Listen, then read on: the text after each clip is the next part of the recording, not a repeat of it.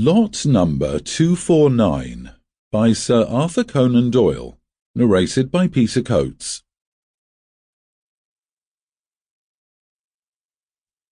Of the dealings of Edward Bellingham with William Monkhouse Lee, and of the cause of the Great Terror of Abercrombie Smith, it may be that no absolute and final judgment will ever be delivered. It is true that we have the full and clear narrative of Smith himself, and such corroboration as he could look for from Thomas Styles the servant, from the Reverend Plumtree Peterson, fellow of Olds, and from such other people as chanced to gain some passing glance at this or that incident in a singular chain of events.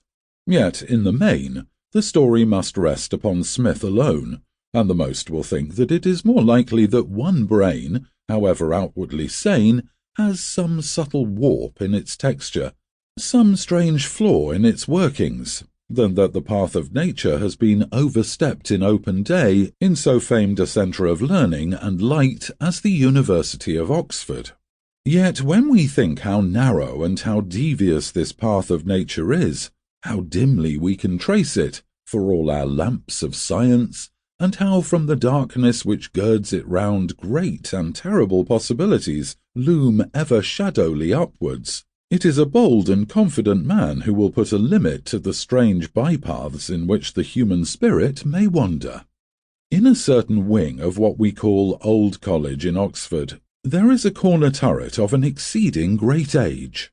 The heavy arch which spans the open door has bent downwards in the centre under the weight of its years, and the grey lichen-blotched blocks of stone are bounded and knitted together with withes and strands of ivy, as though the old mother had set herself to brace them up against wind and weather. From a door a stone stair curves upwards spirally, passing 2 landings, and terminating in a third one, its steps all shapeless and hollowed by the tread of so many generations of the seekers after knowledge.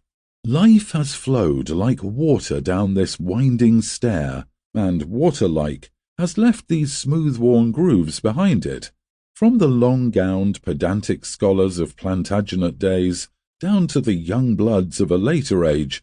How full and strong had been that tide of young English life! And what was left now of all those hopes, those strivings, those fiery energies, save here and there in some old-world churchyard a few scratches upon a stone, and perchance a handful of dust in a mouldering coffin? Yet here were the silent stair and the grey old wall, with bed. Sample complete. Ready to continue?